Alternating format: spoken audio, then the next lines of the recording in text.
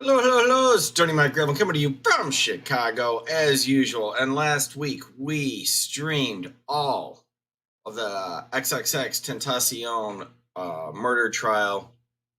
It's pretty tragic, but I thought I'd do this as an overview of the week. It got in the weeds a few times with cross examination and whatnot, but there were a lot of interesting things that happened. I guess this is sort of an overview for those of you who saw some of the streams. This will be nice. I got to adjust the volume a little bit because it's not live, so you can hear a little bit better, at least in places.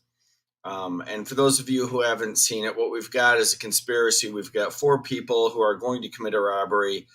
It's not clear as to whether or not they intended murder. My guess is they didn't.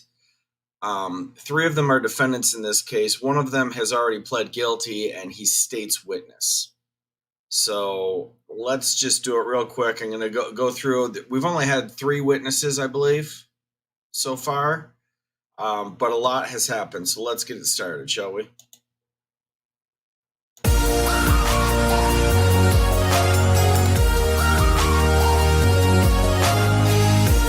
So you will see surveillance from various parts of the investigation, physical evidence found at the properties that ties all of the defendants together. Y'all know me. And I note that at the end of the conclusion of all the evidence that you will hear about and see, you're going to realize that this is a tapestry that you will see woven together, puts the victim squarely in the middle of the defendant's plans and actions on June 18th, 2018, which cost the victim his life. And at the conclusion of this evidence, you'll find that Dietrich Williams, Michael Boatwright, and Trayvon Newsom are guilty of first-degree murder and guilty of armed robbery in this case. Thank you, ladies and gentlemen. State is going to be... Okay, so that was the prosecutor. There are 3 defendants, so we have 3 closing arguments. I just grabbed the highlight very, very briefly so you can see from each attorney. Able to show a number of things. They're going to be able to show that Michael had contact with that journey, that he was in that journey, both before, in the day before the murder and after the murder. They're going to be able to show that a phone that he sometimes used was at the scene of the crime at the time of the murder.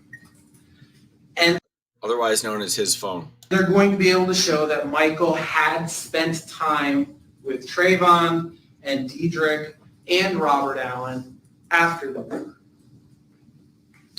But that little bit of smoke doesn't cause a fire that can be used to convict Michael Boatwright.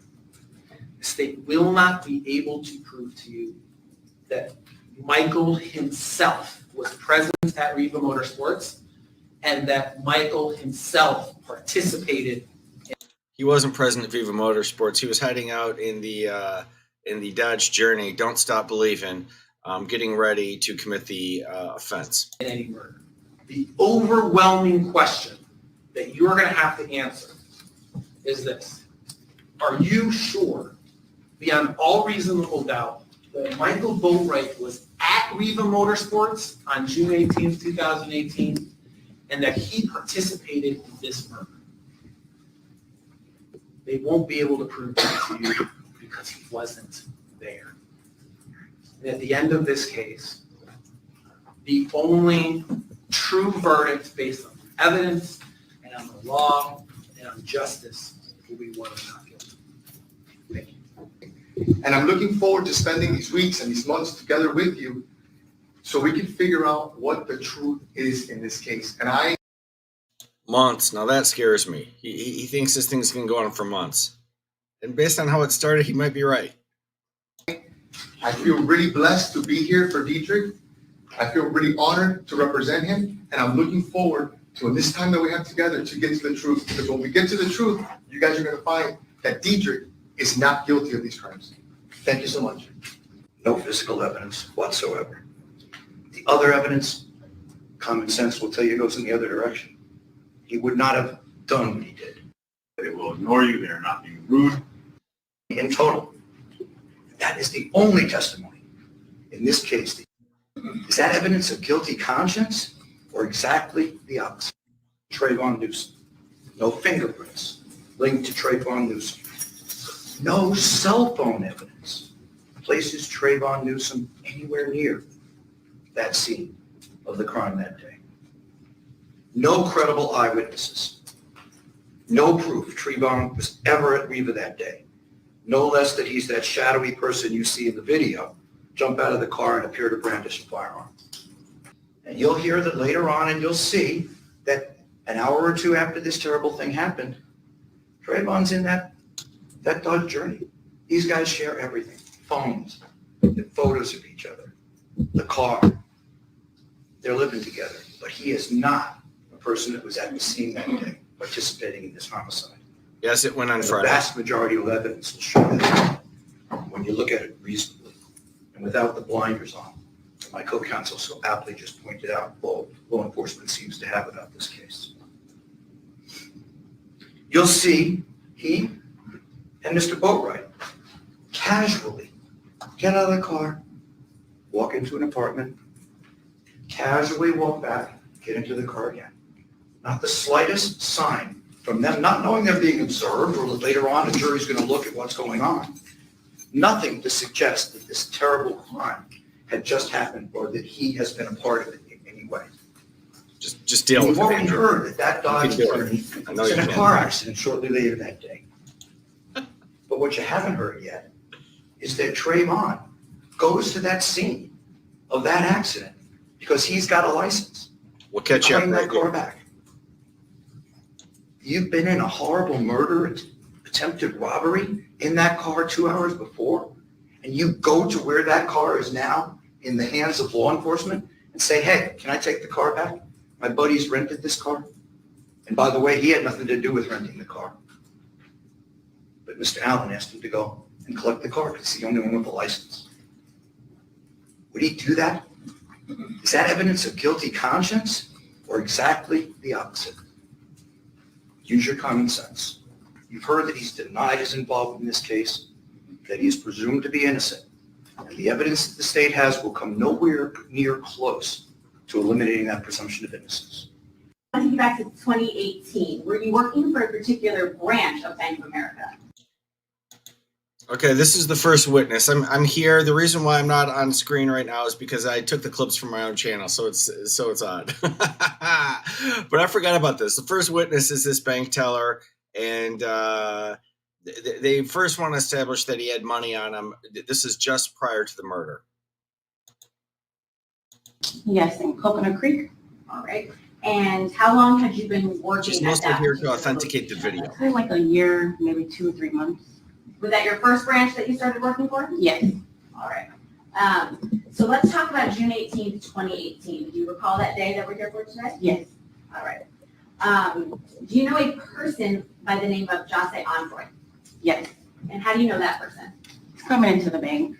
So he was a bank customer? Yes. How long had he been a customer of that particular branch since you had been working there? Since I've been there, he's been going there. I'm sorry, I couldn't hear you. He's been going to the bank since I've been there. All right, so was he a regular customer that you would see? Yes. Do you recall his stage name? XXX. Is that what you would call him? I would call him Jose or John. Okay.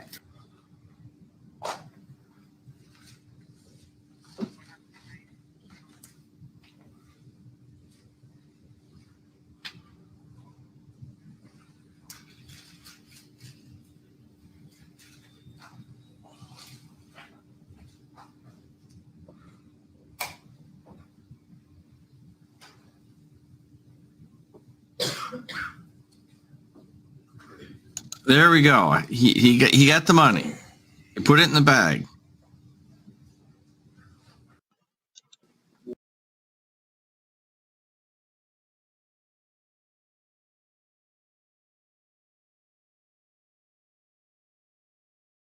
Oops. That was a 45-minute video because the defense objected to editing it. So at least on review, we can just go to the money shot, which is the teller handing him his money. The one that the only gun I can see here, You're pointing, and for the record, I just need to clarify what you're pointing at. the hand section. Hands? Yeah. Okay. You said the one with the gun. Okay, this is the next witness. It's his Jamaican, I guess, step uncle. At least that's what we're told. And he is the first to sort of lay out the story. And the story is he goes with his nephew to Riva Motorsports where the crime occurs. Which, describe that further for me. The top one that comes with behind the gun here. Okay? You could see his hands. Yeah, Okay? Could you see anything else on his body? I can recognize, I could see anything else at the time. Okay? Anything distinguishing about the hands? Until just the color that I see. Okay? And the other individual, how did you tell that that person was black? I was just focusing on how we come by X, and I just like, you know, Okay, so again, what part of that person's body could you see that made you aware that he was black? Nope. man. When he come to the car, and he was like, give me the effing chain. I see his shoulders on, while I'm still glancing both sides, and Where you left off. You're currently in custody, correct? Yeah. And you were indicted for first-degree murder and also for armed robbery in the case for the victim, Jose Moor, correct? Yeah. Now, the case that you were indicted for had 3 co-defendants. Okay, I just put him in. This is the third witness, and he's been on for like 3 days now. It makes sense. He's the witness who pled guilty, second-degree murder. He authenticates the video of the crime, which we're about to watch right now, and then we have a pile of bad cross-examination that doesn't go anywhere, but does lead to some fantastic drama.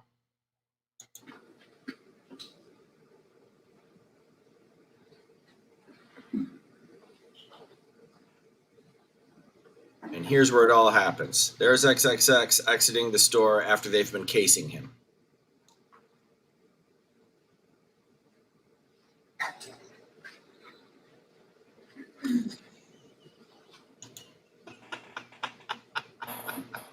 Stop it, Mean John. This is just freaky knowing what's coming down.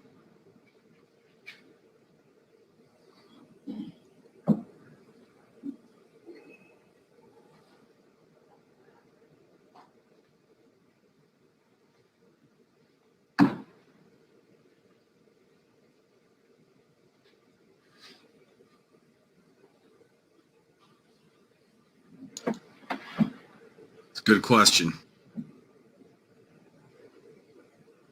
They have no other defense.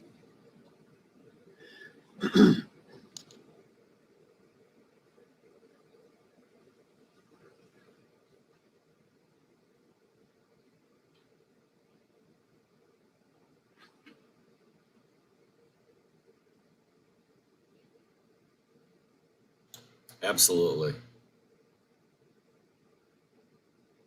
And the 2 video clips you have of this kid, whatever, XXX, I shouldn't call him that. He seems just like a nice, reasonable guy. Yeah, I don't know about the rest of his life.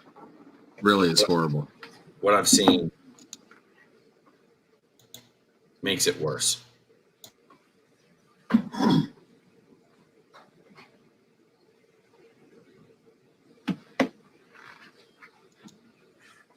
Mm-hmm.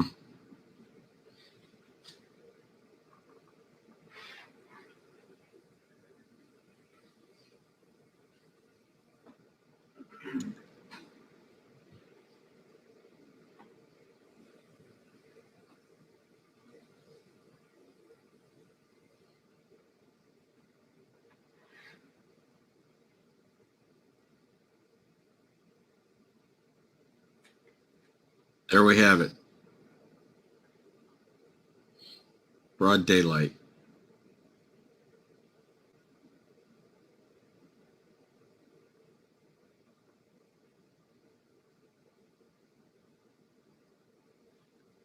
Disgusting.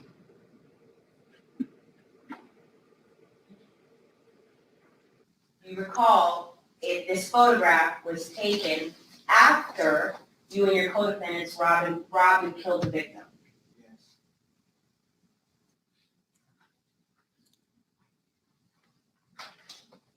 That's powerful. And asking also about states 2 of 5 of states 8. Do you recall, as testified, Mr. Boatwright lived with you, did he have that amount of currency prior to the homicide? No. I'm showing you what has been entered into evidence, states 3 of 5.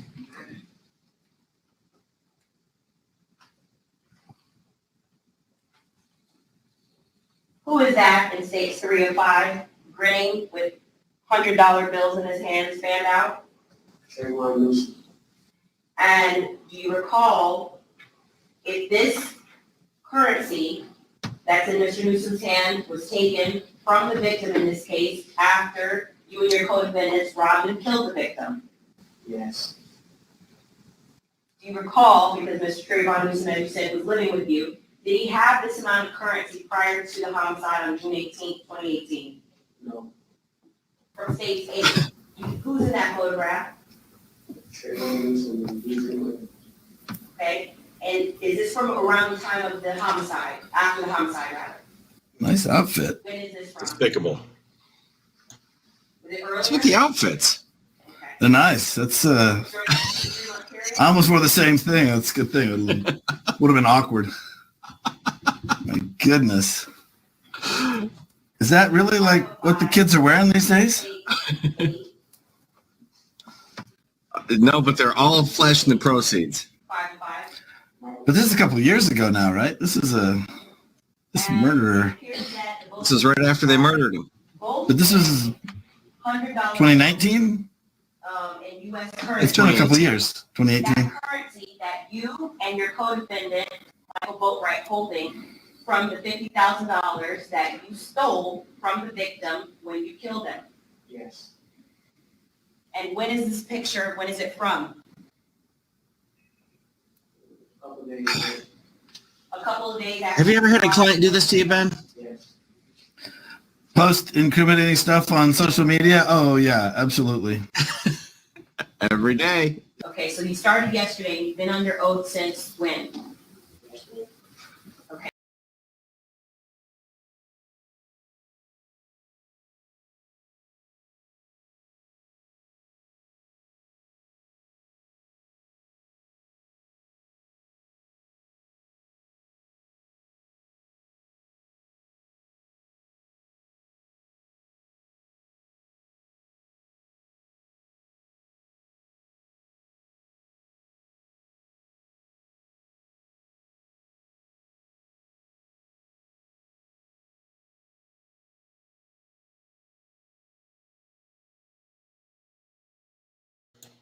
Oh, good Lord, I was muted.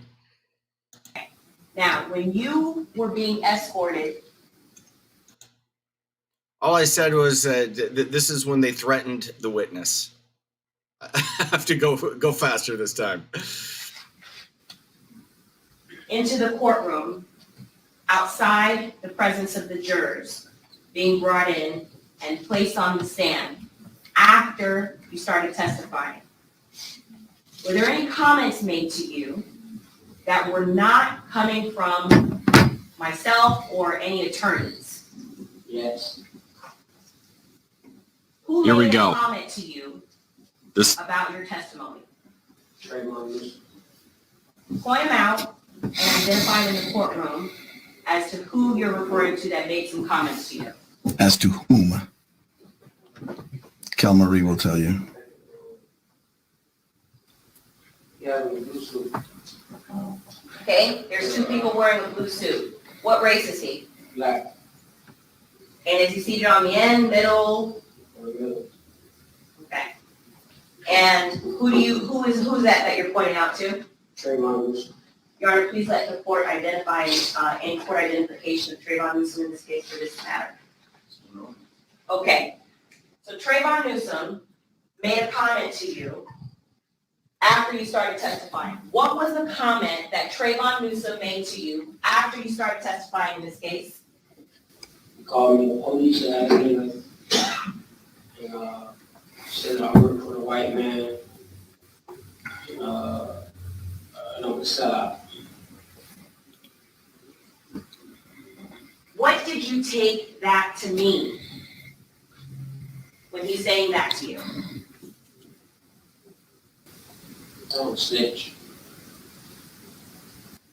And when you say that you took it as you're a snitch, how did you understand that to mean in terms of any impact that it would have on you as you're testifying still in this case? Maybe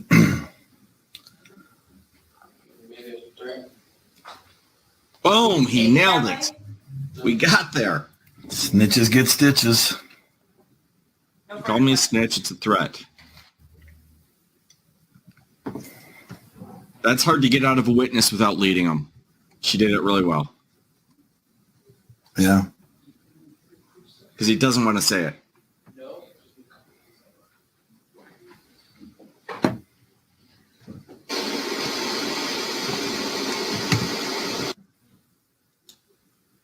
Ooh.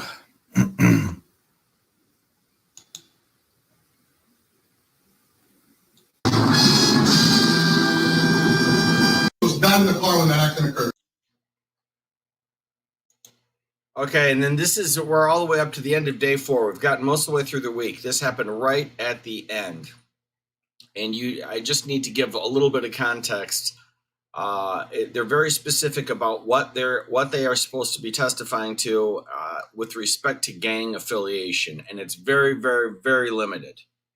Here is the state's witness on cross-examination. The guys, the attorneys all over him, and this happens. Right? Okay. And your fear of that person, is that a fear that you're going to be killed? Sure you want me to answer that question? No, I'm just asking you, is the fear to the point that you want to be killed? I don't think that question is appropriate for the jury to hear. Okay, well, listen, you're the one that's sitting here refusing to decide what questions are appropriate. The in a judge murder doesn't trial in front of say a that. jury. So are you under protective custody? Yes, my status is protected custody. Okay, so you're under protective custody, and even with that status, you're that fearful of this individual or the powers that be regarding that individual that you come here and refuse to testify. Yes, they're gang members. Oh, you done stepped in it. What is it? They're gang members? Is that what you wanted? Ladies and gentlemen of the jury, first of all, I want you to disregard the last question and answer. And if you recall, when we started, I told you from time to time, you might hear something that I will tell you to disregard. It requires some discipline, but Yeah, know about the gang affiliation? people are Just able forget about to that. get word. Well, there you have it. There's an overview of the first week. I kept it very brief on purpose. At the end, I didn't stick around, and I don't think they would have shown it anyway. I'm guessing there's a motion for a mistrial based upon state's witness saying that everyone's involved in the gang. Not that the jury couldn't ferret that out anyway. It's pretty obvious, but that's big stuff. The judge comes back and admonishes the jury. He tells them, just disregard that whole gang thing. That ain't gonna happen. But they're carrying on with the trial, which I think is the right ruling. That instruction is all the judge has. We all know it's crazy, but that's all he's got. He can declare a mistrial right there, which I don't think he should. He can tell the jury to disregard it, or I guess he can take the position. He can just act like it didn't happen. Anyway, sliced it after that testimony, there will be a motion for mistrial, and it'll be a post-trial motion, and then it'll be the first basis for appeal. None of which I think will be successful on behalf of the defendants. But yeah, Now an issue's been created. It's interesting.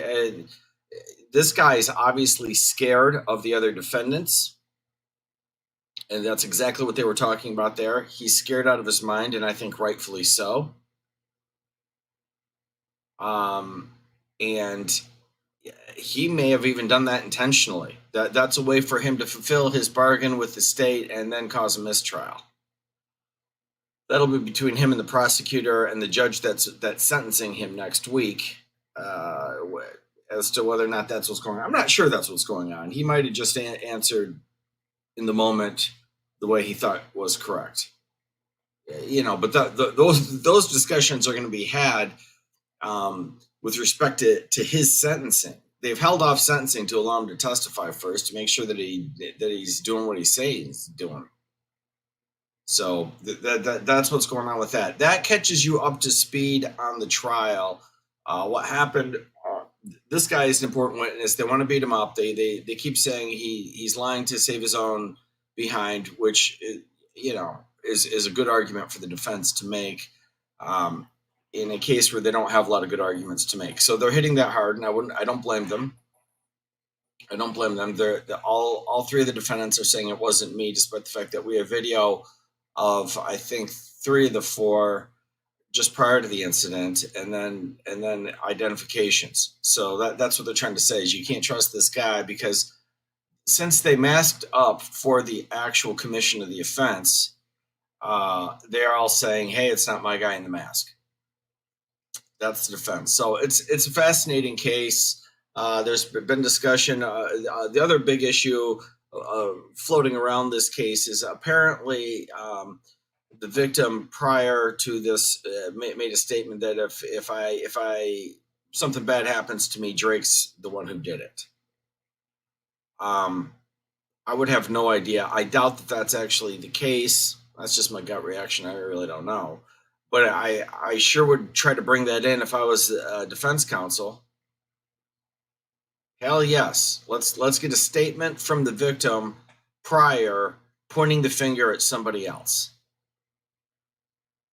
Absolutely. Absolutely. I'd want that in. I don't believe that to be the case, but you're trying to create reasonable doubt. You're not trying to convict Drake. You're just trying to create reasonable doubt on behalf of your client. So there we go. Brief overview. Only one bad meeting incident. It's going to happen. I got confused myself. I used the clips from my own channel because I knew where they were and it was easier. That's what I did. That's what I did. And that's why I was hiding out for most of it. But I was here the whole time. Thanks for coming out. I will see you all soon.